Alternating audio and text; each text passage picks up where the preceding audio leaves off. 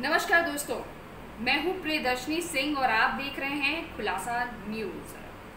आज से 2-3 दिन पहले मेरे ख्याल से पूरे देश ने देखा था कंगना रनावत का धमाकेदार इंटरव्यू जो कि उन्होंने अर्नब गोस्वामी के साथ किया था।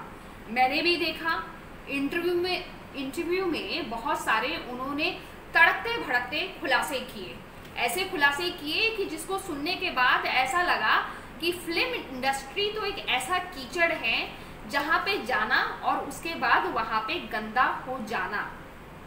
खैर, इस पे मैं ज़्यादा टिप्पणी नहीं करूँगी क्योंकि मेरा ये मानना है कि सच्चाई दो किस्म की होती है, एक जो आपको दिखाई जाती है और दूसरी जो छुपाई जाती है।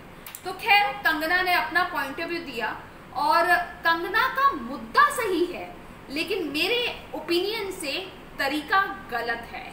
अब आप बोलेंगे, बहुत सारे ट्रोलर्स मुझे ट्रोलिंग करना शुरू कर देंगे, अरे तुम तो बिकी हुई हो, तुमने पैसे ले रखे हैं एंड फलाना एंड ठिकाना एंड फनकाना। खैर, इससे मुझे ना पहले कोई फर्क पड़ा है ना आज कोई फर्क पड़ेगा, लेकिन हाँ, मैं ये बिल्कुल दावे के साथ बोल सकती हूँ कि कंगना रनावत ने जो खुलासे किए हैं वो अगर आप ठीक से इंटरव्यू अगर देखेंगे तो आपको लगेगा कि ऐसा लग रहा था कि कंगना रनावत के अलावा पूरी इंडस्ट्री में सब चोर हैं।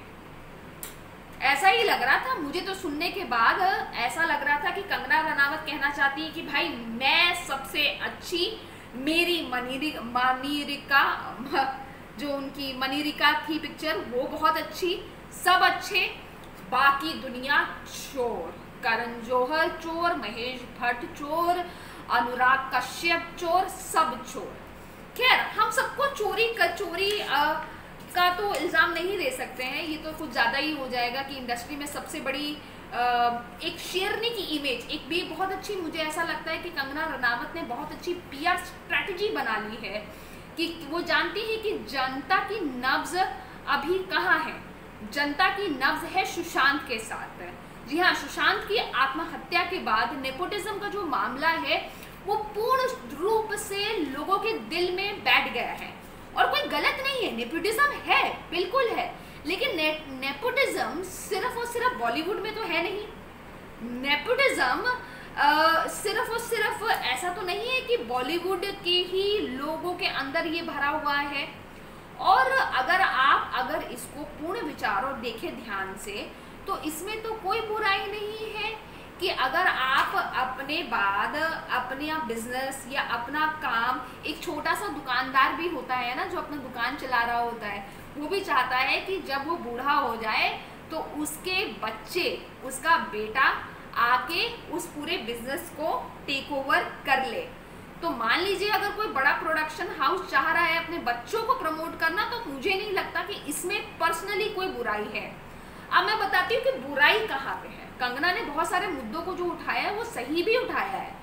तो अब मुद्दे कहाँ सही उठाए हैं, मुद्दे मैं बताती हूँ कहाँ सही उठाए। मुद्दे उठाए कि किस तरीके से गैंगअप करके किसी एक को बुली या टारगेट किया जाता है।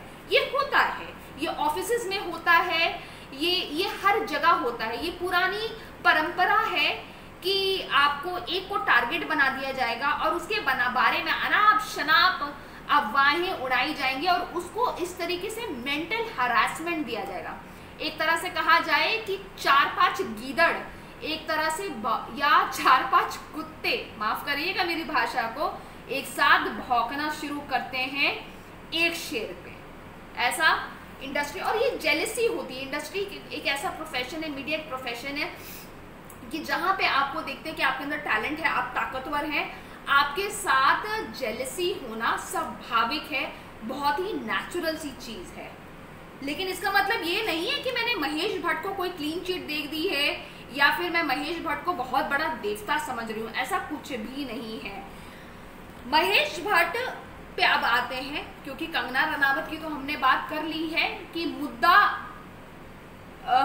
सही है, तरीका गलत है। शेखर सुमन भी इसी मुद्दे में आते हैं, मुद्दा सही है लेकिन तरीका गलत है। अपनी राजनीति रोटियां सेकने के लिए चले गए थे आरजेडी ऑफिस, जो कि अत्यंत घिनौना काम किया उन्होंने। अब महेश भट्ट कौन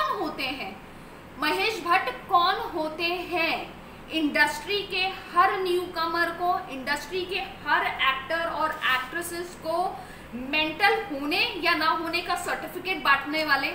जहां तक मेरी जानकारी आती है वो तो कोई मेडिकल साइंस के स्टूडेंट रहे नहीं है, ना ही साइक्रेटिस्ट हैं, तो उनको ये किसने बोल दिया कि वो मेंटल ना होने के सर्टिफिकेट बांटते रहे, जबकि उनके खुद के 4 बच्चे मेंटली रिटार्डेड हैं। अलग अलग सिम्टम्स हैं उनके मेंटली रिटार्डमेंट के, लेकिन है तो mentally retarded. For example mental problem, mental health issue से गुजर रहे हैं। Mental health issue serious issues हैं, इसका मजाक ना बनाया जाए, लेकिन ये फैक्ट है कि पहले आप अपना घर देखिए, उसके बाद दूसरों को जाके ज्ञान दीजिए। महेश भट्ट की बेटी पूजा भट्ट, सबको मालूम है कि अल्कोहलिक रही है। पूजा भट्ट ने भी ट्वीट किया था कंगना रनावत के बारे में। सबको मालूम है कि किस तरीके से वो नशे में धुत रहती थी, अपने पति को मारती थी, अपने बॉयफ्रेंड्स को चप्पलों से भी मारा है। और कौन ऐसी बेटी होती है जो अपने बाप को सरेआम पब्लिकली मीडिया के सामने स्मूच करती है? कौन ऐसी बेटी करेगी? तो सोचने वाली बात तो है ही, डेफिनेटली सोचने वाली बात है। तो एक कैटेगरी ये है। एक है आलिया भट्ट, जिनका आईक्यू लेवल किसी से छुपा नहीं है। वो जो किट्टी पार्टी शो जो करण जौहर करते हैं, तो उसमें आलिया भट्ट हर साल आती है और अपनी बेइज्जती करवा के चली जाती हैं। खैर, उसके बाद आते हैं उनके 2 बच्चे जो कि इतने नामचीन नहीं है। एक है शाहीन, जो कि एक सीरियस मेंटल इलनेस से गुजर रही हैं और उन्होंने इसके ऊपर किताब भी लिखी है। और दूसरे हैं राहुल, जो कि एक टेररिस्ट के साथ उनकी दोस्ती थी, ये किसी से छुपी नहीं है। तो जब आपके घर खुद शीशे के होते हैं तो किसी के घर में ना पत्थर नहीं फेंकते हैं। और मैं एक बात बताती हूँ आपको कि एक नैरेटिव हमारे देश में बन चुका है कि अगर आपको इंग्लिश बोलने आती है तो आप बहुत इंटेलेक्चुअल हैं, आप बहुत इंटेलिजेंट हैं। लेकिन अगर आप हिंदी में बात कर रहे हैं, अगर आप अपनी मातृभाषा में बात कर रहे हैं, अगर आप देसी बात कर रहे हैं, तो आप गवार की श्रेणी में आ जाएंगे। चाहे आप उनसे ज़्यादा बेहतर कॉलेजेस में पढ़े हों, चाहे आपके पास उनसे ज़्यादा बेहतर डिग्रियां हों, लेकिन क्योंकि आपकी अंग्रेजी कमज़ोर है, इसलिए आपको एकदम छी आउटडेटेड कैटेगरी में देखा जाएगा।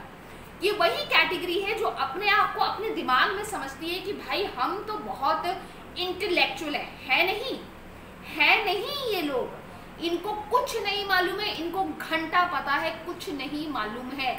लेकिन क्योंकि ये अंग्रेजी में पिटर बोल सकते हैं, तो ये समझते हैं कि दुनिया तो है हमारे पैरों की जूती। महेश भट्ट जैसे लोगों का हाल ऐसा ही है, और महेश भट्ट जैसे लोग आपको आम जिंदगी में भी मिल जाएंगे जो इस गलतफहमी का शिकार होते हैं। अंग्रेजी एक भाषा है, अंग्रेजी का आपके इंटेलेक्चुअल लेवल से कोई लेना देना नहीं है। खैर, एनी विच वेज, अगर ऐसा होता तो चाइना और जापान आज कुछ भी नहीं कर पाते, और शायद हो सकता है कि वो पुराने ज़माने के कहे जाते और वहाँ पे तो कोई तरक्की हो ही नहीं सकती थी। तो ये जो अंग्रेज़ी का कीड़ा है, जो अपने आप को इंटेलेक्चुअल समझते हैं, ये सिर्फ और सिर्फ भारत में ही है।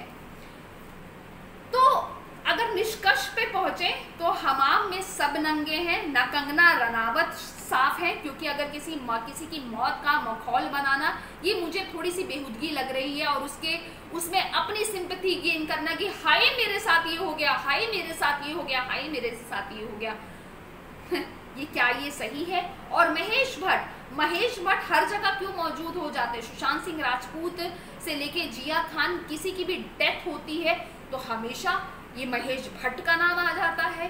क्यों इनको सर्टिफिकेट और इनको चौधरी बना रखा है फिल्म इंडस्ट्री का? क्यों ये बाप बन के बैठे हैं? मेरा सवाल यही है, और जवाब आप दे सकते हैं, आप जनता हैं। कैसी लगी आपको ये वीडियो? इसी किस्म की धमाकेदार वीडियो हम आपको देते रहेंगे। नमस्कार, जय हिंद।